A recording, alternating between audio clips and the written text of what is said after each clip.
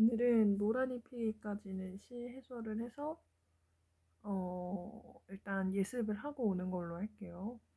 원래 선생님 주말에 보내주려고 했는데 음성이 다 날아갔어. 그러니까 음성이 녹화가 안 돼가지고 지금 다시 찍어서 보내주니까 그냥 수업 시간 전까지만 듣고 오면 되고, 이게 학교에서 원하는 작품은 맞지만 중심이 되는 작품은 아니기 때문에 의미 부분만 정확하게 파악하고 오면 될 것 같아요. 바로 보도록 하겠습니다. 자, 모란이 피기까지는 에서 모란의 표시를 하고, 자, 여기서 말하는 모란 같은 경우는 뭐를 상징하냐면 시적 화자의 소망, 봄, 필기를 그냥 하세요. 시적 화자의 소망이나 뭐 보람이라고 보시면 돼요. 그래서 모란이 피기까지는 이라는 건 지금 시적 화자가 굉장히 기다리고 있는 대상이다, 이렇게 여기면 돼. 그래서 모란이 피기까지는 나는 아직 봄을 기다리고 있을 때요. 자, 이 아직이 이따가 밑에 내려가면 한 번 더 나올 거거든. 그래서 요거는 지금 안 하고 이따가 내려가서 마지막 부분에서 한 번 더 보도록 하겠습니다. 자, 모란이 피기까지는 나는 아직 나의 봄을 기다리고 있을 거래. 자, 여기서요, 봄이 또 나와. 그러면 이제 가끔 헷갈리는 게 있는데, 봄은요 굉장히 단순해. 뭐가 그렇게 단순하냐면 그냥 모란이 피는 계절인 거야. 그러니까 시적 화자가 기다리는 거는 모란이야. 시적 화자가 기다리는 건 모란이고, 모란이 피는 계절이 봄이기 때문에 화자는 지금 봄을 기다리고 있는 거야. 봄을 중심 소재로 생각하면 안 돼. 봄은 중심 소재가 아니고 모란이 중심 소재예요. 다만 이제 모란이 피는 계절이 봄이기 때문에 화자가 봄을 기다린다라고 이야기를 하는 거야. 이해됐죠? 그래서 지금 이 시 첫머리만 보면 화자가 모란을 얼마나 뭐 소망하는지 아니면 바라고 있는지 이 부분에 초점을 맞춰야 된다. 자, 넘어가서 모란이 뚝뚝 떨어져 버린 날이라고 하죠. 모란이 뚝뚝 떨어져 버린 날, 여기서 말하는 뚝뚝 표시를 해볼게요. 자, 여기서 뚝뚝 떨어졌다고 하지. 여기서는요, 일단은 뭘 알아야 되냐면 우리가 여기 두 줄에서 화자가 모란을 굉장히 바래왔다는 걸 알아야 돼. 그럼 내가 모란을 굉장히 기다리고 바래왔던 사람이라고 할 때 모란이 떨어져 버렸다는 건 화자에게 어떤 감정을 가져다 주겠니? 당연히 절망, 그치? 좌절, 혹은 슬픔, 이런 걸 나타내겠죠. 자, 그래서 여기서 말하는 뚝뚝은 어떤 걸 나타내냐면 그 시적 화제의 슬픔을요, 그대로 쓸게요. 시적 화자의 슬픔을 시각적으로 형상화 한다고 볼 수 있어. 자, 슬픔을 시각적으로 형상합니다. 이거 청각적으로 형상하라 그러면 안 돼.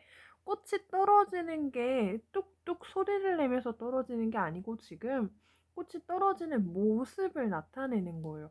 이게 같은 말로 음성 상징어, 뭐 혹은 의태어, 이런 것까진 괜찮아. 얘네들은 괜찮다. 그러나 뭐 청각적이다? 그러면 사실 답이 되기가 어렵다. 답이 되기 어렵습니다. 자, 아무튼 여기서요, 화자가 바라던 모란이 뚝뚝 떨어져 버렸어. 그러니까 얼마나 슬프겠어요. 그쵸? 좌절, 뭐 절망, 이런 게 얼마나 느껴지겠어요. 그래서 당연히 밑에서 뭐라고 하냐면 나는, 화자가 등장하죠. 나는요, 비로소 봄을 여인 서름에 잠길 테요. 나는 비로소 봄을 여인 서름에 잠길 테요. 자, 내가요, 위에서도 얘기했지만 화자가 진짜로 간절히 바라고 있는 건 모란이야, 모란.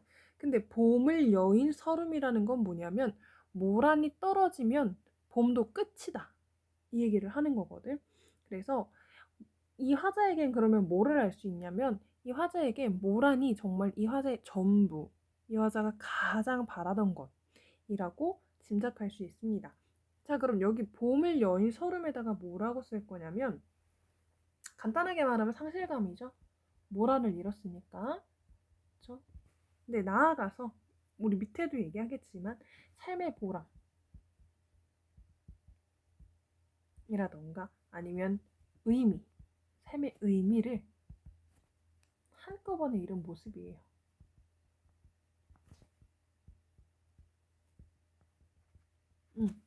자, 내가 슬픈 이유는 상실감. 왜? 모란이 떨어졌기 때문에. 그렇기 때문에 삶의 의미, 삶의 보람을 한 번에 잃어버렸다. 알 수 있죠? 자, 우리 위에서 얘기했어. 모란은 하자의 소망이자 보람이라고. 그렇기 때문에 모란이 떨어졌다는 건 그 모든 걸 잃어버렸다고 할 수가 있다. 자, 넘어가서요. 5월 어느 날, 그 하루 무덥던 날이라고 합니다. 자, 5월이라고 해요. 5월 같은 경우는 봄이 거의 끝나는, 그쵸? 봄의 막바지. 혹은 뭐 여름의 시작이라고 인식할 수 있죠. 자, 더불어서 정보를 어떻게 줍니까? 그 하루 무덥던 날이라고요. 날씨가 더우면 계절이 언제야? 여름이란 말이야. 그쵸? 그렇다는 건 봄이 끝났다는 얘기야. 봄이 끝났다고.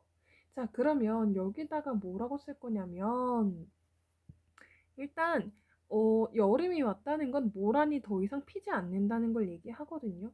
자, 봄의 막바지라는 거거든. 근데 필기를 일단 하고 설명을 할게요. 일단 모란을 잃은 강한 슬픔으로 인한 시적 화상의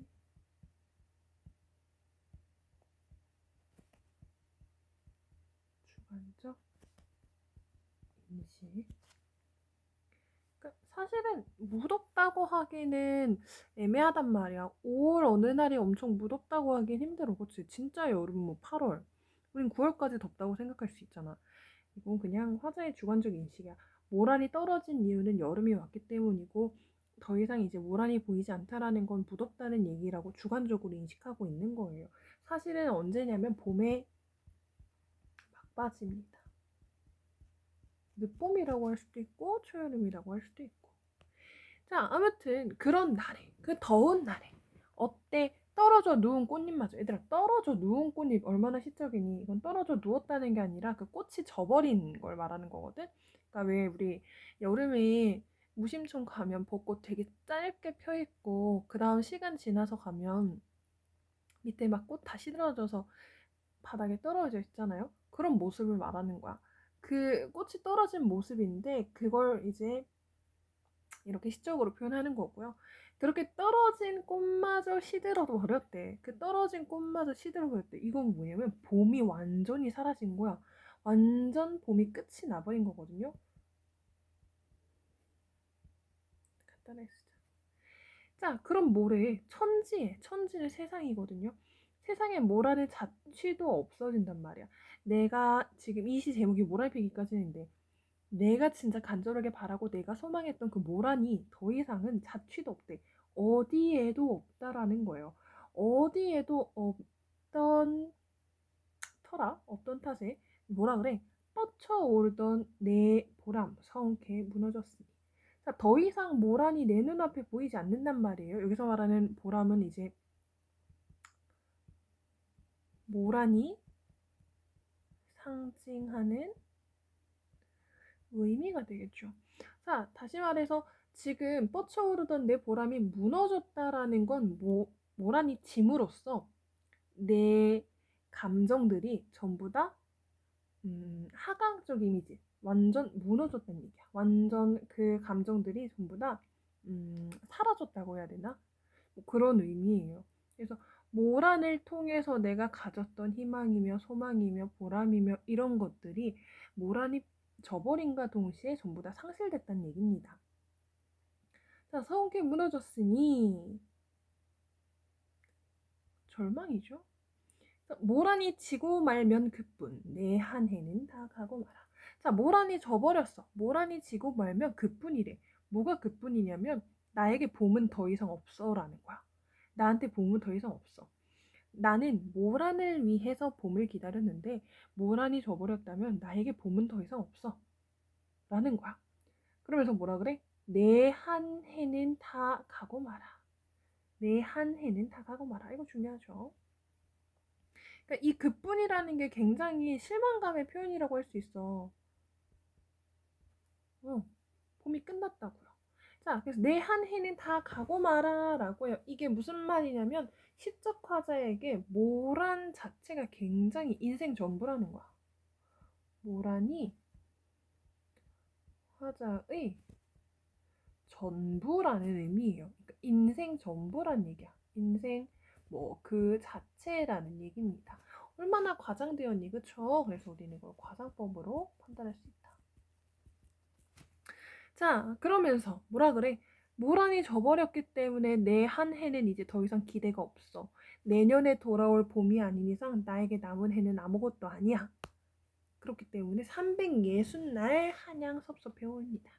한양은 그냥 늘이에요. 매일 이런 얘기고요.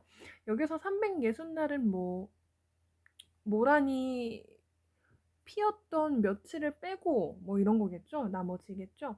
그러니까 사실은 1년이에요. 1년 내내라는 거예요. 그런데 일부러 1년이라던가 한 해라던가 이런 단적인 그런 단어 말고 일부러 이제 조금 강조하기 위해 내가 오래도록 기다린다. 굉장히 긴 시간 동안 뭐 슬퍼한다. 라는 걸 나타내기 위해서 일부러 이렇게 360날이라는 걸 쓰는 거예요. 기다림의 나날을 강조하기 위한 표현이라고 할 수가 있거든. 그래서 일단 쓸게요. 기다림의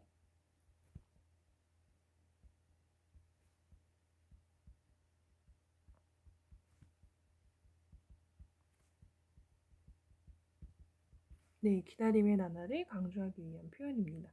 그러니까 내가 이 위에 있는 거랑 이어지는 거야. 모란이 지고 말면 그뿐 내 한해는 다 가고 말아. 나는 모란만 기다려. 난 한 해 동안 모란이 피는 계절만 기다리고 있어. 그렇기 때문에 그 나머지들은 전부 다 슬퍼할 뿐이야. 라는 거야. 이해됐죠? 자, 그러면서 마지막. 모란이 피기까지는 나는 아직 기다리고 있을 테요. 찬란한 슬픔의 봄을. 자, 위에서 했던 거랑 똑같죠? 위에서 선생님이 했던 얘기랑 똑같은 게 나와. 뭐가 나오냐면 아직이라는 게 뭐 이것만 나오는 건 아니고 애초에 이 구조적인 부분이 똑같은데 보도록 할게요.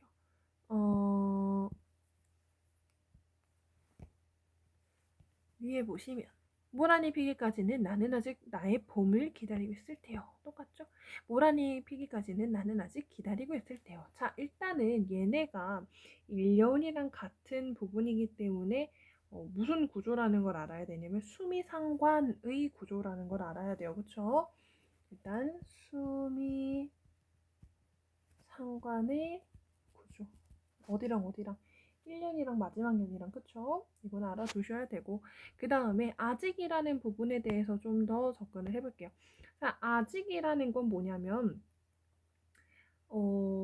여전히 기다리고 있겠다라는 거거든. 이게 여전히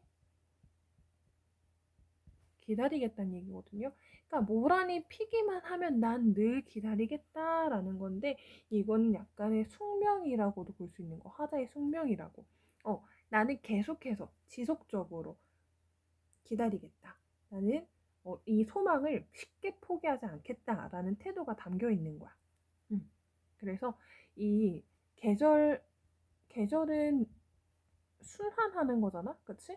그래서 뭐 겨울이 오면 그 다음 봄이 오고 봄이 끝날 쯤 여름이 오고 이게 돌고 돌죠. 근데 화자는 봄만 기다리고 있는 거고, 그치? 그럼 화자에게는 봄 이외의 계절은 전부 다 기다림의 순간이란 말이지. 그래서 모란이 필 때까지 나는 나머지 계절, 여름, 가을, 겨울 이런 계절들을 전부 다 기다리고만 있을 것이다. 라고 해. 근데 이게 굉장히 뭐 소극적, 수동적 이런 의미는 아니고 그걸 믿고 기다리는 거야. 다시 돌아온다는 걸 믿고 기다리는 거예요. 자, 그 다음, 우리 시험에 진짜 많이 나는 게 있는데, 찬란한 슬픔의 봄을. 자, 찬란하다와 슬픔이라는 건 우리가 부딪히는 정서예요. 그쵸? 긍정과 부정으로. 자, 그럼 왜 찬란한 슬픔의 봄인지 한번 얘기를 해보자면, 찬란하다라는 건 무슨 의미냐면, 모란이 피는 계절이기 때문에 찬란한 봄, 모란이 피는 계절이기 때문이야. 그럼 슬픔의 봄은 왜 모란이 지는 계절이기 때문에. 자, 그러니까 사실은 모란의 개화와 낙화가 동시에 일어나는 계절이 봄이죠.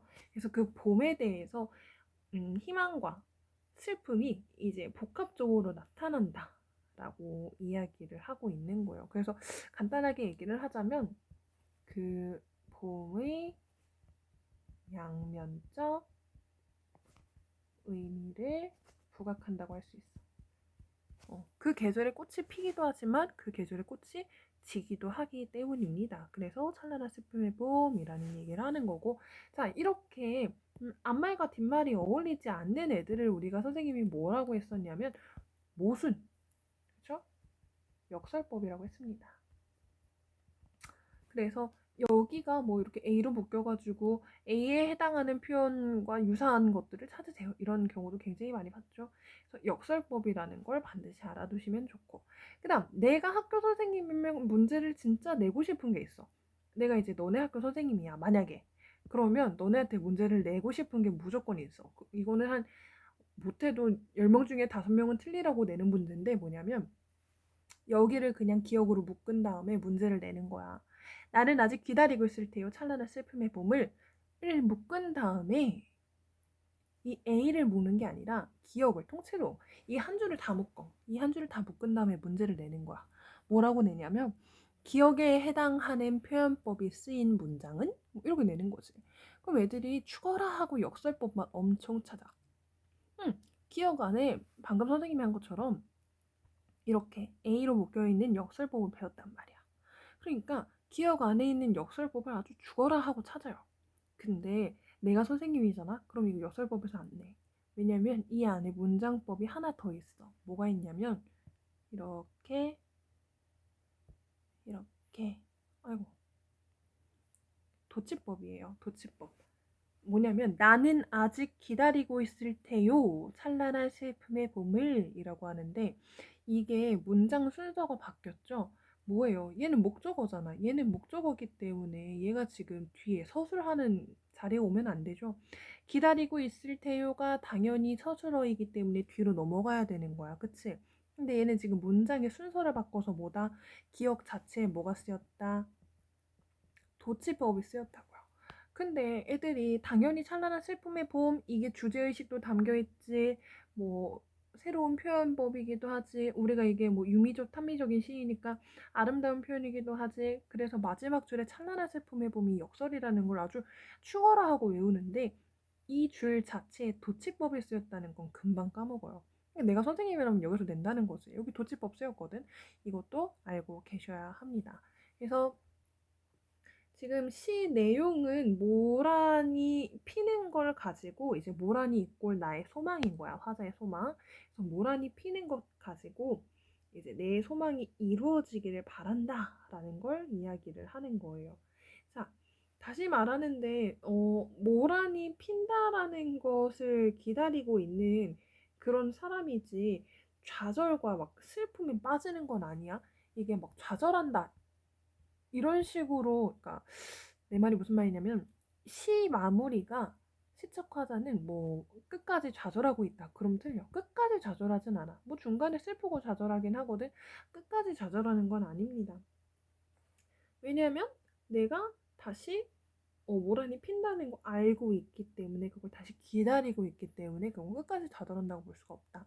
그래서 일단은 이 정도 해설은 알아오시면 선생님이 수업 시간에 외적인 필기 한 번 더 하고 그 다음에 진도를 나가도록 할게요. 그래서 필기 할 것이 딱히 없을 것 같긴 한데 알아만 오세요. 학교에서 프린트 나눠줬을 것 같기도 한데 뭐 한 번씩 듣고 오고 그 다음에 본문 수업 때 한번 봅시다.